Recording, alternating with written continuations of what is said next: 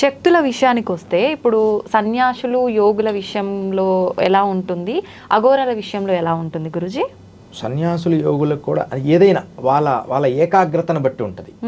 అయితే ఆల్మోస్ట్ అఘోరాల దగ్గర ఉండే శక్తులే ఎక్కువ. అవునా?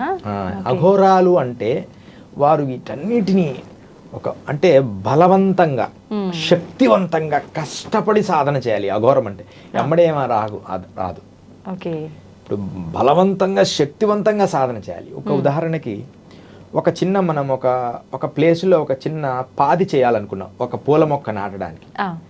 పాది చేయాలనుకొని ఒట్టి మన చేత్తోనే తీస్తున్నాం.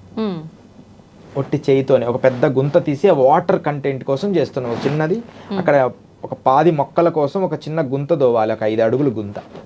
ఆ 5 అడుగుల గుంతలో నీళ్లు నింపి చెట్లకు పోసుకోవడానికి ఒక గుంత దోవుతున్నాం. అప్పుడు మనం చేయితో తీయాలి అనుకున్నాం